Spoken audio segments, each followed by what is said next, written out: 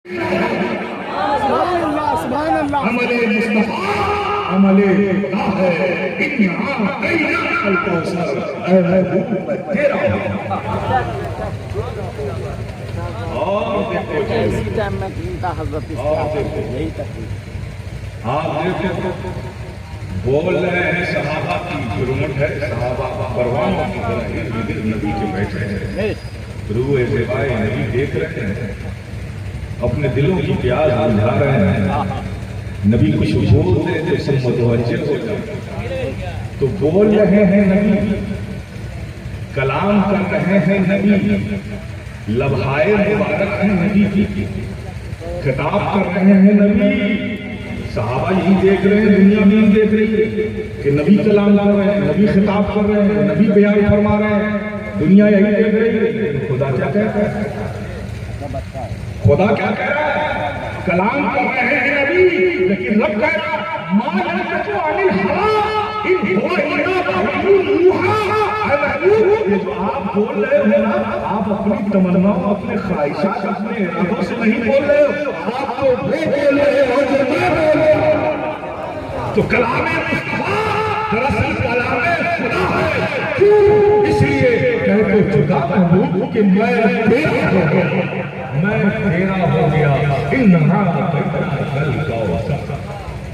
اور آگے کتنی جلوے؟ اچھا مجھے بتاؤ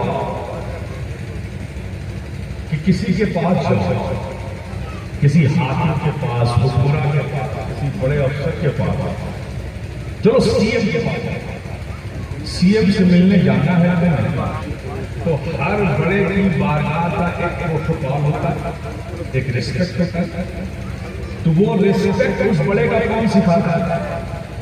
چھوٹا سکھاتا ہے۔ سی ایم کے پاس جاؤ تو اس کا سیکریٹری تمہیں ڈائریکشن دے کہ دیکھو بھائی سی ایم سے ملنے جا رہے ہیں، ہمارے جو سی ایم صاحب ہیں وہ بڑی ٹو دی پوائنٹ بات کرتے ہیں، ادھر ادھر بات نہیں کرتے، زیادہ بڑھو مت کرنا، اپنی بات کہہ کے خاموش ہو جانا، اور وہ جو کہہ رہے ہیں اسے غور سے سننا، یہی تو طریقہ ہے۔ یا ایسا ہوتا ہے کہ سی ایم سے جاؤ ملنے کے لیے، بیچ کو سی ایم سے، تو پھر سی ایم سے کہتا ہے کہ جائیے میرے سیکریٹری سے مل لیجیے، لیکن دیکھیے میرا سیکریٹری زیادہ بڑبڑ نہیں سنتا ہے، ٹو دی پوائنٹ بات کیجیے گا، اس کا خیال رکھیے گا، وہ لوگ ناراض ہو جائے گا، آپ کا کام نہیں ہوگا۔ ایسا ہوتا ہے طریقہ تو یہی ہے کہ ہر اپنے بڑے کا پروٹوکول سکھاتا ہے، یہی تو طریقہ ہے۔ جب بڑا چھوٹا تھا چھوٹے کا بولو، بڑا سکھاتا ہے چھوٹے کا پروٹوکول، یا چھوٹا سکھاتا ہے بڑے کا؟ چھوٹا سکھاتا ہے بڑے کا۔ لیکن پیارے میں تیرا ہو گیا، ذرا اس کے جلوے دیکھو، تیرا ہو گیا اس کے جلوے دیکھو، آقا کی شان محبوبیت دیکھو، اللہ کیا فرما رہا ہے؟ یا ایھا الذین آمنوا لا ترفعوا اصواتکم فوق صوت النبی۔ اے جا رہے ہو محبوب کی بارگاہ میں، خیال رکھنا، ہوش رکھنا، ایسا نہ کرنا، ادب رکھنا، احترام رکھنا، میرے محبوب کی آواز پر اپنی آواز کو بلند نہ کرنا، آواز کو بلند نہ کرنا، میرے محبوب کی بارگاہ میں جا رہے ہو، ادب کا خیال رکھنا، میرے محبوب کی آواز پر اپنے آواز کو بلند نہ کرنا۔ وہ بڑا اپنے محبوب کی بارگاہ کا پروٹوکول سکھا رہا ہے، کیوں؟ کہ اے جانے والوں سن لو، جا رہے ہو میرے محبوب کی بارگاہ میں، یہ میرے محبوب کی بارگاہ، یہ بارگاہ مصطفیٰ، دراصل بارگاہ خدا ہے، بارگاہ خدا ہے۔ کیوں؟ اس لیے کہہ تو چکا کہ اے محبوب میں تیرا ہو گیا، تیرا در تیری بارگاہ میری بارگاہ۔ آپ دیکھو آج عظمت مصطفیٰ کانفرنس میں آپ سب آئے ہو، یہ ساری عظمتیں ہمارے بزرگوں نے ہمیں کل بھی سکھائی تھی، آج بھی سکھائی ہیں، اور آنے والے ہر دور میں مشائخین علماء آپ کو یہ بتاتے رہیں گے۔ لیکن میں آپ سے اس گفتگو کے بعد یہ پوچھنا چاہتا ہوں کہ جو نبی ہم سے اتنا پیار کرتے ہیں، ہے جو نبی سے زیادہ ہمیں چاہتا ہو؟ کوئی نہیں، بولو پیارے، کوئی نہیں، تمہیں معلوم ہے کہ نہیں ہے؟ خدا کی قسم، کوئی ماں کیا پیار کرے گی اپنے بیٹے سے اتنا؟ کوئی باپ کیا پیار کرے گا اپنے بیٹے سے اتنا جتنا ہمارے نبی ہم سے پیار کرتے ہیں. خدا کی قسم بہت پیار کرتے ہیں, اتنا پیار کرتے ہیں, اتنا پیار کرتے ہیں. پیارے غور تو کرو حشر میں کیا ہوگا. آقا کی شفقت اور محبت دیکھو ہم گنہگار امتیوں سے کہ حشر میں ہوگا یہ کہ نبی ایک مقام پر بلند مقام پر ہوں گے اور آپ کے سارے سامنے ساری امت آقا کھڑی ہوگی. اور ترتیب یہ ہوگی کہ سب سے آگے جو لوگ کھڑے ہوں گے وہ امت کے پوش لوگ, متقی, صالحین, مومنین, یہ سب آگے کھڑے ہوں گے. اور درجہ بدرجہ سب سے پیچھے گنہگار امت کھڑی ہوگی, سب سے پیچھے. اور حال یہ ہوگا نبی تشریف لائیں گے بلند مقام پر تو سب کے دلوں میں تمنائیں حسرتیں مچلنے لگیں گی کہ اے کاش آج آقا کی چشمان رحمت ایک بار مجھ پر پڑ جائے. یہ صالحین, صدیقین, شہدائے کاملین, مومنین, یہ سب بار تمنائی نظروں سے آقا کے رخ زیبا کی طرف دیکھیں گے, پلٹ پلٹ کر دیکھیں گے کہ اے کاش آج اس حشر کے میدان میں ایک بار مجھے دیکھیں, ایک بار آقا مجھے دیکھ لیں. بلکہ روایتوں میں تو یہاں تک آیا ہے کہ کچھ لوگ پنجوں کے بل کھڑے ہوں گے تاکہ میرا قد کچھ اونچا ہو جائے اور آقا کی نظر مجھ پر پڑ جائے, آقا کی نظر مجھ پر پڑ جائے. یہ تمنائیں دلوں میں لے کر مچلنے لگے. لیکن قربان جب آقا کی شفقت کی, جب آقا کی چشمان رحمت لگتی ہے نا تو سامنے کھڑے ہوئے صالحین کی طرف نہیں بلکہ دور کھڑی گنہگار امت کی طرف لگتی ہے. گنہگار امت کی طرف آقا کی جب اس شفقت کو, اس رحمت کی شان کو یہ مومنین, یہ صالحین, یہ شہدائے کاملین بار بار جب آقا اپنی چشمان رحمت کو اٹھاتے ہیں تو گنہگار امت کو لگتی ہے تو آقا کی اس کرم کو دیکھ کر یہ صالحین حشر کے میدان میں اپنے دلوں میں یہ تمنا کر بیٹھیں گے کہ اے کاش آج حشر کے میدان میں مجھے کوئی ایک عدد گناہ قرض میں دے دیتا تاکہ میں بھی گنہگار ہو جاتا اور آقا کی رحمت کی نظر سے سبحان اللہ, سبحان اللہ, سبحان اللہ. آقا کی رحمت کی کرم کی نظر مجھ پر پڑ جاتی ہے. مجھے بتاؤ کون چاہے گا جتنا ہمارے آقا ہم سے پیار کرتے ہیں, جتنا کرم کرتے ہیں. لیکن پیارے جو آقا ہم سے پیار کرتے ہیں آخر کیوں آقا کا بھی ہم پر حق ہے کہ نہیں؟ بالکل بے شک, بولو بے شک, بے شک. حق ہے کہ نہیں؟ تو حق ہے مانتے ہو. کتنے لوگ مانتے ہیں کہ حق ہے؟ ماشاء اللہ مانتے تو سب ہو, لیکن اب یہ بھی بتا دو حق ادا کیا کیا؟ حق ادا کیا جو آقا ہم کو اتنا پیار کرتے ہیں, اتنی محبت فرماتے ہیں, اتنی شفقت کرتے ہیں, اتنا کرم کرتے ہیں, ان آقا کا ہم پر بھی حق ہے. تو کیا حق ادا کیا؟ نہیں نا. کب کرو گے؟ کب کرو گے میرے پیارے؟ 60 سال عمر کے گزر گئے, 40 سال گزر گئے, 20 سال گزر گئے, 30 سال گزر گئے, کب کرو گے؟ وہ آقا جو یہ فرمائے نماز میرے آنکھوں کی ٹھنڈک ہے, کب سجدے کر کے اپنے سجدوں سے آقا کی آنکھوں کو ٹھنڈک پہنچاؤ گے؟ کب کرو گے میرے پیارے؟ اور یاد رکھو یہ جلسے, یہ جلوس, یہ فاتحے, یہ نیاز, یہ سبیلیں, یہ لنگر, یہ سب اظہار محبت ہے. یہ کیا ہے؟ یہ اظہار محبت ہے. محبت کا حق ادا نہیں ہوتا اس سے. محبت کا حق تو یہ ہے آقا کی رضا کو اپنی زندگی بنا لیا جائے.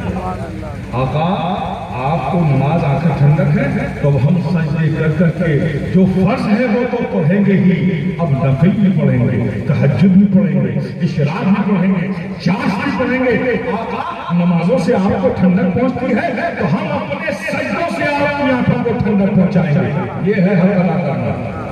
کرو گے؟ نہیں کیا ہے میرے پیارے تو کب کرو گے؟ وہ آقا جو یہ فرمائے, ایک صحابی رسول ہے, ان کا ایک چھوٹا سا بچہ ہے, غائب ہو گیا. صبح سے تلاش کرتے رہے, تلاش کرتے رہے. جب آپ کو آپ کا بچہ نہیں ملا, شام ہو گئی, بارگاہ نبوت میں داخل ہوئے, حاضر ہوئے. فرمایا یا رسول اللہ میرا ایک چھوٹا سا بچہ تھا, جو غائب ہو گیا ہے، بہت ڈھونڈنے کے بعد بھی نہیں ملتا۔ ابھی آپ نے اپنی اس التجا کو بارگاہ نبوت میں پیش کیا ہی تھا، یہ فریاد پیش کی ہی تھی کہ ایک دوسرے صحابی نبی کی بارگاہ میں تشریف لاتے ہیں۔ جیسے ہی ان آنے والے صحابی نے ان صحابی پر نظر پڑی جن کا بچہ غائب ہو گیا تھا، دیکھتے ہی صاحب ان سے کہا، ارے آپ یہاں کیا کر رہے ہیں؟ آپ کے بچے کو تو میں نے چند بچوں کے ساتھ فلاں وادی میں کھیلتے ہوئے دیکھا ہے۔ ابھی بارگاہ نبوت میں فریاد کی ہی تھی کہ بچے کا پتہ مل گیا۔ جیسے ہی بچے کی خبر ملی، اب آپ بھی باپ کو ذرا تصور کرو، دل پہ ہاتھ رکھو کہ آپ کا بچہ غائب ہو جائے، دن بھر نہ ملے اور ملنے کی خبر ملے تو کیا حالت ہوگی؟ آپ تڑپ جاؤ گے، بے چین ہو جاؤ گے، محبت جوش مارنے لگے، اوپر پڑے گئے۔ ان کی بھی یہی حالت ہوئی، فوراً بارگاہ نبوت میں سلام پیش کی اور رخصت کی اجازت چاہی، اور رخصت سے کر بڑے تیز قدموں سے تقریباً دوڑتے ہوئے اس وادی کی طرف جانے لگے۔ جب نبی نے ان کو اس قدر مضطرب ہو کر بھاگتے ہوئے جاتے ہوئے دیکھا، آواز دے کر روکا، آپ یہاں آئیے، اے فلاں آپ یہاں آئیے۔ وہ لوٹ کر یا رسول اللہ کیا بات ہے؟ اب نبی نے فرمایا اپنے جذبات پر قابو رکھو، سنبھل کر جاؤ، تحمل سے جاؤ۔ تم جاؤ گے اس حالت میں جو تمہاری حالت ہے، جاؤ گے بچے کو اٹھاؤ گے، لپٹاؤ گے، چومو گے، پیار کرو گے، گلے سے لگاؤ گے۔ آپ کو فرمایا یا رسول اللہ یہ تو انسانی فطرت ہے، بچہ صبح سے غائب تھا، اب بچے کی ملنے کی خبر ملی ہے، ملے گا تو یہی کروں گا، لپٹاؤں گا، چپکاؤں گا، پیار کروں گا۔ کہا لیکن ایسا مت کرنا، خود پہ قابو رکھنا۔ یا رسول اللہ کیا بات ہے؟ کہا اس لیے کہ تیرا بچہ چند بچوں کے ساتھ کھیل رہا ہے، ہو سکتا ہے ان چند بچوں میں کوئی یتیم بچہ بھی ہو۔ جب تو اپنے بچے کو لپٹائے گا، پیار کرے گا، چومے گا، تو تیری اس محبت کو دیکھ کر کہیں اس یتیم بچے کو اپنا باپ یاد آ جائے، اس کا دل نہ ٹوٹ جائے۔ کیا محبت کا ایسا کوئی پہلو آج ہم اپنے دلوں میں رکھتے ہیں؟ اگر نہیں رکھتے تو حق ادا کرو، حق ادا کرو۔ اور سچائی تو یہ ہے، افسوس کے ساتھ کہتا ہوں، نعرے لگا لینا اور بات ہوتی ہے، اس کا حق ادا کرنا اور بات ہوتی ہے۔ نعرے تو کوئی بھی لگا سکتا ہے، نعرے لگاؤ لیکن پہلے اس کے حقدار بن جاؤ تو تمہارا نعرہ لگانا صحیح ہے۔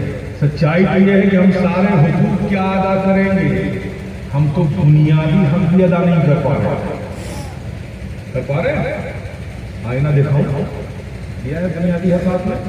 جتنے لوگ بیٹھے، میں خاندانی آدمی ہوں، ہر بات آپ کو خوش کرنے کے لیے نہیں کر سکتا۔ آپ سمجھ گئے نا؟ میں آپ کو آئینہ دکھا رہا ہوں، آپ دیکھو جتنے لوگ ہیں ماشاءاللہ کوئی ایسا نہیں ہوگا جو نبی سے محبت نہ کرتا ہوگا۔ کرتے ہو نا؟ نبی سے محبت نہ ہونا تو رات کے اس حصے میں آپ کیوں بیٹھے ہوئے سو رہے ہو؟ سب کو نبی سے محبت ہے نا؟ یہ محبت جو چیز ہے یہ رہتی کہاں ہے؟ بولو زور سے۔ ارے یہ محبت ایسی چیز نہیں جس سے آپ ناشنا ہو۔ کوئی ایسا آدمی نہیں جس کے پاس محبت نہ ہو۔ بیوی کی محبت، بچے کی محبت، دولت کی محبت، سیاست کی محبت، اقتدار کی محبت، ڈفرینٹ ٹائپ کی محبت ہے، لیکن سب کے پاس ہے نا؟ رکھتے ہو نا؟ کہاں رکھتے ہو محبت؟ دل میں۔ دل ایک ہے کہ دو؟ ایک۔ کنفرم ہے؟ تو نبی کی محبت کہاں رکھی؟ دل میں۔ اب اور بھی محبتیں تمہارے پاس ہیں، ان ساری محبتوں میں سب سے زیادہ قیمتی محبت نبی کی محبت ہے کہ نہیں؟ بولو، مانتے ہو نا؟ ان ساری محبتوں میں سب سے زیادہ پاک اور صاف محبت نبی کی محبت ہے کہ نہیں؟ ہے نا؟ تو سب سے زیادہ قیمتی محبت نبی کی محبت، سب سے زیادہ پاک صاف محبت نبی کی محبت۔ رکھا کہاں؟ دل میں۔ دل ایک ہے کہ دو؟ ایک۔ اب آؤ دوسری طرف، یہ حسد اور جلن پاک ہے کہ ناپاک؟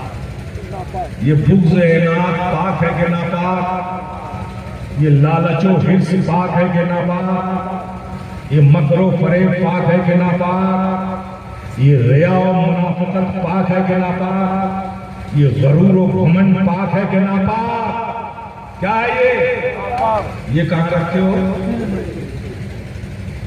بولو نا، دل میں، اسی دل میں نا، دل تو ایک ہی ہے نا، اسی دل میں نا جس دل میں نبی کی پاک محبت رکھی، اسی دل میں بغض ناک کی نجاست ڈال لو، اسی دل میں حرص و لالچ کی نجاست ڈال لو، اور یہ نہ کہہ دینا کہ اس میں دوسرے کا ہاتھ ہے، تم خود ڈال رہے ہو۔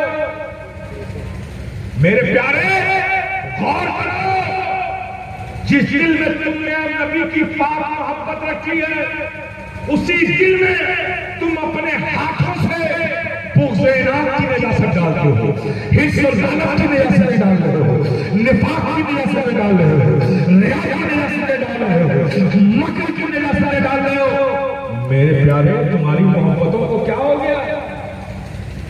تمہاری محبتیں تڑپ کیوں نہیں اٹھتی اپنے ہی ہاتھوں سے؟ ارے حق تو وہ ہے کہ نبی کا نام آ جائے تو ہونٹوں کو ہونٹوں سے چوم کر آنکھوں کو لگاتے ہیں، اور ایک ہم ہی ہیں کہ جس جگہ پر ہم نے نبی کی محبت رکھی ہے اپنے ہاتھوں سے وہاں نجاستوں کو ڈالتے ہیں، پھر بھی ہم بے چین نہیں ہوتے۔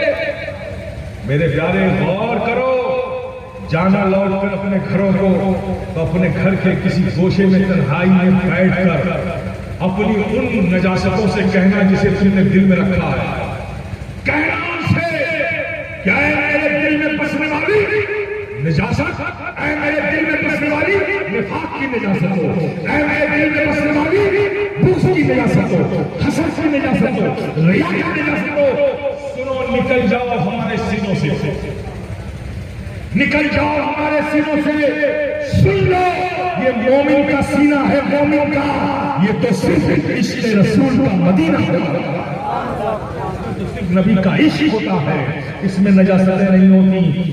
میرے پیارے صرف یہی ایک کام کر لو، یہی ایک کام کر لو، خدا کی قسم جس دن تم نے ان نجاستوں کو اپنے سینے سے نکال دیا اور صحیح نبی کی محبت کا حق ادا کر دیا، خدا کی قسم اس فقیر شفیع گدائے جیلانی کا وجدان بولتا ہے، یہ میرا یقین بولتا ہے کہ پھر اللہ پاک تمہارے قدموں میں وہ برکتیں عطا کر دے گا کہ تم اگر سنگلانا باتوں میں بھی قدم رکھو گے کہ تمہارے قدموں کی برکت سے شاداب نہ پھیلا۔ ایک بار تم اپنے آقا کے صحیح معنوں میں ہو تو جاؤ، بن کر کے دیکھو میرے پیارے، نبی کی محبت کا دعویٰ ہے تو اس دعوے کا حق ادا کرو۔ ضرورت اس بات کی ہے سننی ہو تو صرف سن کر سننی نہ بنو، بلکہ آقا کی سنتوں پر عمل کرو۔ میرے پیارے نماز افضل العبادات، جتنی بھی عبادات ہیں ان سب عبادتوں میں منتہائے کمال درجے پر جس عبادت کو اللہ نے رکھا ہے وہ کیا ہے؟ نماز ہے، نماز۔ اب بتائیے اتنی بابرکت فضیلت والی چیز ہم نے اسے اپنی زندگی سے شروع کر رکھا ہے۔ نماز پڑھ رہی ہے سب آپ جانتے ہو، لیکن پیارے دوسرا رخ بھی دیکھو نماز کا، نماز رب کا بندے کے لیے ایک تحفہ ہے۔ ابھی آپ کو کوئی باز شخص کوئی تحفہ دے، کہیں کسی آفیسر سے، سی ایم سے، گورنر سے آپ کو کوئی انعام ملے تو آپ کیا کرتے ہو؟ اس کو شوکیس میں سجا کے رکھتے ہو، رکھتے ہو نہیں رکھتے، یا اسے پھینک دیتے ہو؟ دیکھتے ہو کہ سجا کے رکھتے ہو؟ سجا کے رکھتے ہو۔ تو اللہ نے بھی تو آپ کو یہ تحفہ بھیجا ہے، نہیں معلوم ہے آپ کو؟ اللہ کے پیارے حبیب جب معراج کی شب ہے تشریف لے گئے تو اللہ نے پوچھا تھا کہ محبوب کیا لایا ہو؟ مولا تیری اطاعت لایا ہوں، تیری بندگی لایا ہوں، تیری ثنا لایا ہوں۔ اللہ نے فرمایا تھا اے محبوب ہم خوش ہوئے، سلامتی ہو تم پر۔ تو اللہ کے پیارے حبیب نے فوراً کہا تھا اللہ سے مجھ پر ہی نہیں وعلی عباد اللہ الصالحین، میرے صالح بندوں کو بھی سلامتی ہو۔ پھر اس کے بعد جب معراج کے بعد نبی واپس آنے لگے تو اے محبوب سن، جا رہے ہو اپنے امتیوں میں، جا رہے ہو تو محبوب جب تم آئے تھے آئے تھے میرے پاس تو تم نے اپنی امت کا بھی ذکر کیا تھا، وعلیٰ عباد اللہ الصالحین، امت کا بھی ذکر کیا تھا. اب جا رہے ہو اپنے امت میں تو اے محبوب اپنی امت کے لیے میری طرف سے تحفہ لے دے. میری طرف سے اپنی امت کے لیے یہ تحفہ لے کے جاؤ کہ یہ نماز بندوں کے لیے تحفہ ہے. ہم کیسے بندے ہیں اور ہماری بندگی کیا ہے کہ رب کے بھیجے ہوئے تحفے کو ہم نے اپنی زندگیوں سے دور کر رکھا ہے. میرے پیارے اس نماز کو اپنی زندگی میں شامل کرو. ایک ٹپ دے رہا ہوں پریکٹیکل چیز. 1 مہینہ only 1 month تم نماز کو مت چھوڑو. ٹرین چھوٹتی ہے چھوٹ جائے، گاڑی چھوٹتی ہے چھوٹ جائے، نوکری چھوٹتی ہے چھوٹ جائے، کاروبار اگر نماز میں چھوٹتا چھوٹ جائے، نماز کو مت چھوڑو. صرف 1 مہینہ اس عزم و جنون کے ساتھ نماز کو مت چھوڑو. پھر پورے یقین کے ساتھ کہتا ہوں پھر نماز تمہیں خود ہی نہیں چھوڑو. سبحان اللہ سبحان اللہ. 1 مہینہ تم مت چھوڑو، پھر تا زندگی جب تک تم زندہ ہو نماز تمہیں نہیں چھوڑے گی. ایک بار اسے اپنے سینے سے لگا کر دیکھو. میرے پیارے کیا لذتیں دیتے ہیں، کیا سکون دیتے ہیں. اولیاء کرام فرماتے ہیں کہ اگر نماز جیسے عظیم نایاب یہ نعمت نہ ہوگی تو نہ جانے کتنے تصوف کے مسافر اس یاد میں جل کر راک ہو چکے ہوتے ہیں. یہ نماز ہی ہے کہ جب عشق کی تپش بڑھتی ہے سینوں میں تو ایک عارف کھڑا ہو جاتا ہے نماز کے لیے اور یہ نماز اس کے عشق کی آگ کو ٹھنڈک پہنچاتا ہے. ایک بار میرے پیارے اس نماز کو اپنے سینوں سے لگا کر دیکھو، اپنے دل کے قریب کرو. یہ نماز تمہیں خود نہیں چھوڑے گی. میرے پیارے نبی سے محبت کرنے کا سچا حق یہی ہے کہ اس کی اطاعت کرو. جو نبی کو پسند ہے اسے اپنی زندگی بنا لو اور جو نبی کو پسند نہیں ہے اسے اپنی زندگی سے دور کر دو. یہ سچی محبت ہے، یہ سچی اطاعت ہے. زندگی کیا ہے میرے پیارے؟ چند دنوں کی ختم ہو جائے گا زندگی، لیکن جو زندگی کی سانسیں رب کے فضل سے تمہیں ملی ہوئی ہیں اس میں ہی اس محبت کا حق ادا کرنا ہے. بولو کرو گے؟ کرو گے؟ کریں گے.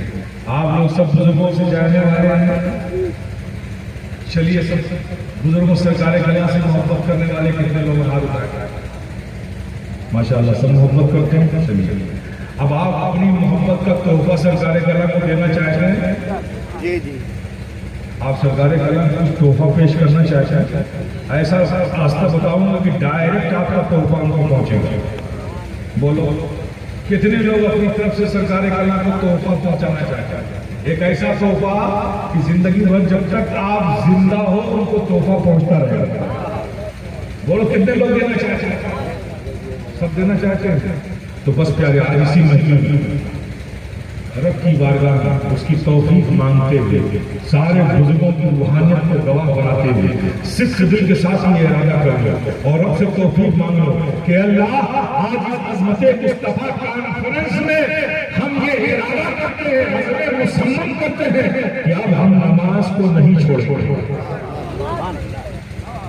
خدا کی قسم ارادہ کر لو.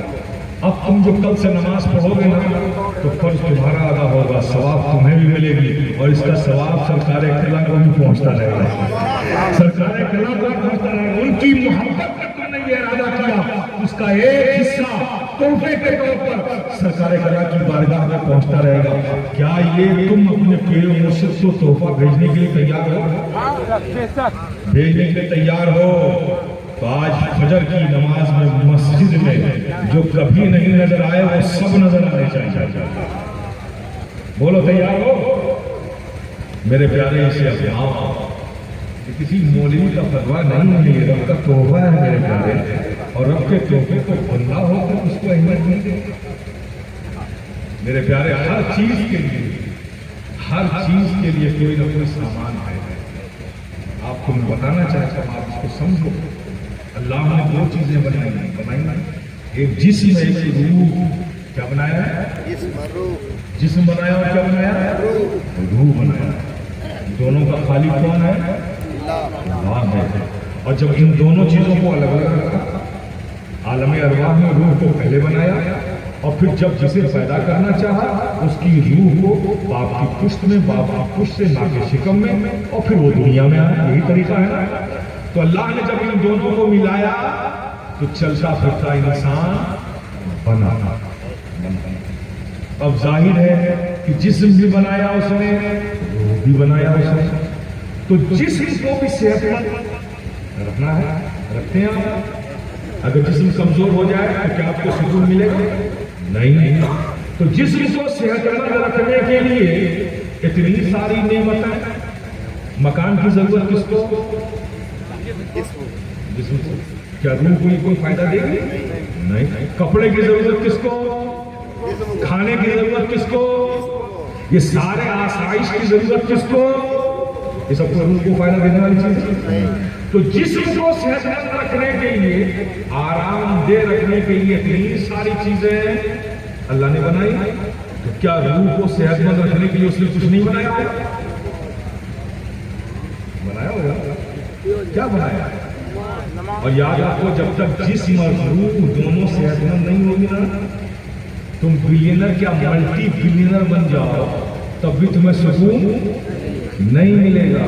اگر سکون ملٹی بلینر بننے سے ملتا ہوتا تو آج جو دنیا کا سب سے ریچسٹ ہے، ملٹی بلینر ہے، اسے سب سے زیادہ سکون والا ہونا چاہیے۔ ریئلٹی یہ ہے کہ ایسا نہیں ہے۔ آپ کسی ملک کی ضرورت نہیں کہ آپ بننے کے بعد اسے محسوس کرو، آپ تجربہ کرنے کی ضرورت نہیں۔ کسی ایسے ملٹی بلینر سے جا کے ملو اور پوچھو کہ دنیا ہمیں یہ کہتی ہے کہ جس کے پاس سب سے زیادہ دولت ہوتی ہے وہ سب سے زیادہ پرسکون ہوتا ہے، تو ملٹی بلینر ہے تو تیرے پاس سب سے زیادہ سکون ہوگا۔ جب کسی ایسے سے پوچھو گے وہ جانتے کیا کہے گا؟ ارے کیا کس سکون کی بات کرتے ہو؟ جب پہلے اتنا نہیں تھا تو آرام سے کھا پی کے سوتا تھا، صبح اٹھتا تھا، آج اتنی دولت ہے کہ مجھے خود پتا نہیں، لیکن حال یہ ہے کہ ڈاکٹروں نے ڈائگنوز کیا ہے کہ ایک گلاس جوس صبح پینا ہے اور 250 mg ٹیبلٹ کھانا ہے، اور بیچ میں کچھ نہیں کھانا ہے۔ شام کو سونے سے پہلے ایک پیالہ سوپ پینا ہے اور 250 mg کی ٹیبلٹ کھانی ہے۔ اگر اس سے زیادہ کچھ بھی تم نے کھایا تو تیری زندگی ختم۔ تو آپ بتائیے، اتنی دولت ہے اور کھانے پینے کے نام پہ اتنا ہے، صرف میرا حصہ اتنا ہے، تو آپ کس سکون کی بات کرتے ہیں؟ یقیناً یہ فیکٹ ہے کہ سکون کا تعلق اس سے نہیں ہے۔ سکون تبھی ہو سکتا ہے کہ جب جسم بھی صحت مند ہو اور روح بھی صحت مند ہو۔ جب دونوں صحت مند ہوگی تب تمہاری زندگی کو قرار ہوگا۔ یہی وجہ ہے کہ آج کے انسان نے جسم کو صحت مند رکھنے کے تو سارے انتظام کر لیے، لیکن روح کس سے صحت مند ہوتی ہے اس کا اسے پتہ بھی نہیں ہے۔ لیکن اس خالق کائنات نے، اس رزاق نے، اس مالک نے دونوں چیزوں کا انتظام کیا ہے، لیکن ہم صرف ایک چیزوں کو فائدہ دے رہے ہیں، دوسری چیز کو، روح کو ہم نے نظر انداز کر دیا ہے۔ خوب انتظام کیا ہے۔ آپ دیکھو کیا پیارا انتظام تمہارے سامنے ہے۔ جسم کو صحت مند رکھنے کے لیے کھانے پینے کی ضرورت ہوگی، کھانے پینے کی ضرورت ہوگی۔ صبح آپ اٹھتے ہو تو کیا کرتے ہو؟ کیا کرتے ہو؟ روٹی شوٹی کھاتے ہو؟ کس لیے؟ تاکہ جسم میں صحت رہے۔ تو روٹی شوٹی صبح ناشتے کی شکل میں کھاتے ہو تاکہ جسم صحت مند رہے۔ ذرا غور تو کرو میرے پیارے، اللہ نے وہیں روح کا بھی انتظام کر دیا۔ جہاں جسم کو صحت مند رکھنے کے لیے غذا کی ضرورت، وہیں اللہ نے روح کی غذا کا بھی انتظام کر دیا۔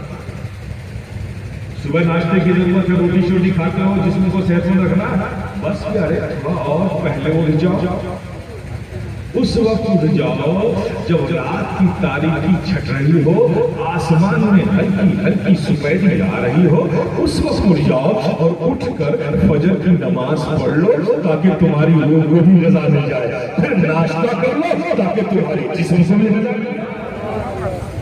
دونوں چیزوں کا پیرالل انتظام، نماز سے روح کو غذا دے لو اور روٹی شوٹی کھا کر کے جسم کو غذا دے لو، پھر نکل کرو۔ اللہ نے تمہیں عقل دی ہے، نعمتیں دنیا میں بھی کھیل دی ہے، اللہ کی دی ہوئی عقل کا استعمال کرو، اللہ کی دی ہوئی نعمتوں کا خوب فائدہ اٹھاؤ، لیکن پھر جب تم کچھ کما لو نعمتیں حاصل کر لو تو پھر تمہیں دوپہر میں کچھ کھانے پینے کی ضرورت ہوتی ہے، جسم کو ضرورت ہوتی ہے نا، بس جسم کو صحت مند رکھنے کے لیے غذا کی ضرورت، دوپہر کا کھانا کھانے جا رہے ہو جسم کو صحت مند رکھنے کے لیے بس تھوڑا رکو، ظہر کی نماز بھی پڑھ لو تاکہ روح بھی غذا حاصل کر لے، اور پھر دوپہر کا کھانا کھا کر جسم کو بھی غذا دے لو تاکہ دونوں کو غذا ملتی رہے، جسم بھی صحت مند رہے، روح بھی صحت مند رہے، تاکہ تمہاری زندگی کو مکمل قرار رہے، سکون رہے، شانتی ہی شانتی رہے۔ خوب انتظام کیا ہے، پھر آؤ اپنے گھر آؤ روز کما کر روزی کما کر گھر لوٹو،